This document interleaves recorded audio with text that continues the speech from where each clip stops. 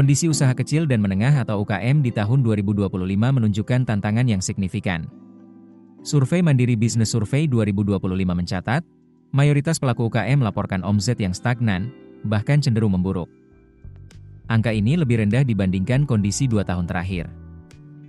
Secara rinci, 36% responden menyatakan usaha mereka stagnan, menurun dari 56% di tahun sebelumnya.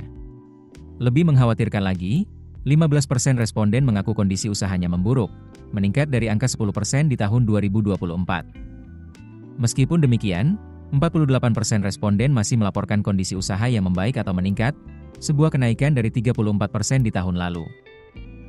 Menurut Kepala Pusat Makroekonomi dan Keuangan Indef, M. Rizal Taufikur Rahman, stagnasi dan penurunan omzet UKM ini mencerminkan pelemahan permintaan domestik yang nyata, terutama dari rumah tangga menengah ke bawah.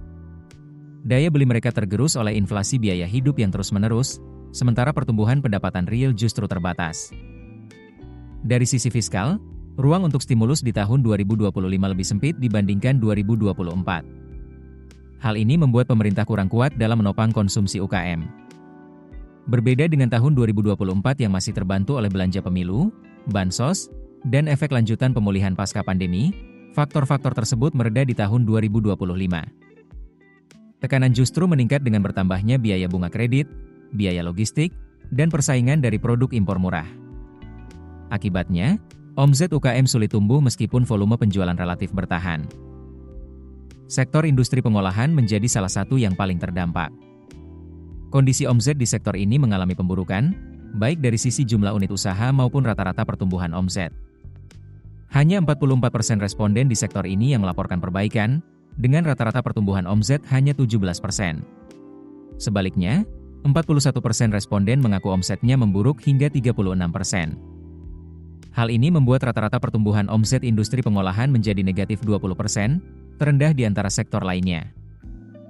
Pelemahan omzet di industri pengolahan ini menunjukkan adanya penurunan permintaan turunan dan tekanan pada biaya produksi. Banyak industri manufaktur kecil menengah yang bergantung pada sektor lain yang sedang melambat. Fluktuasi nilai tukar juga menekan biaya bahan baku, sementara ruang untuk menaikkan harga sangat sempit, sehingga menekan margin dan kapasitas produksi. Meskipun begitu, Rizal memperkirakan prospek UKM ke depan berpeluang membaik, namun dengan syarat yang jelas. Pemulihan ini membutuhkan perbaikan daya beli real, penurunan suku bunga kredit yang efektif di level usaha mikro kecil, serta kebijakan industri yang mendorong substitusi impor dan integrasi UKM ke dalam rantai nilai domestik. Tanpa langkah-langkah tersebut, perbaikan yang terjadi akan terbatas dan tidak merata. Faktor kunci pemulihan UKM ke depan bukan semata soal pembiayaan, melainkan penguatan ekosistem permintaan dan produktivitas.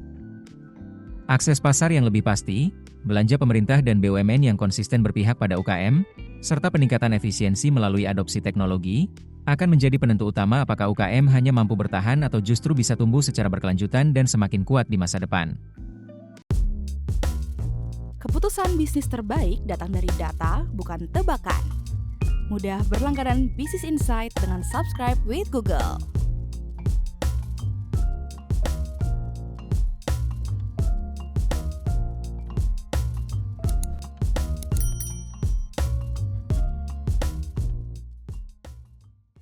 Download aplikasi Kontan sekarang di App Store atau Play Store.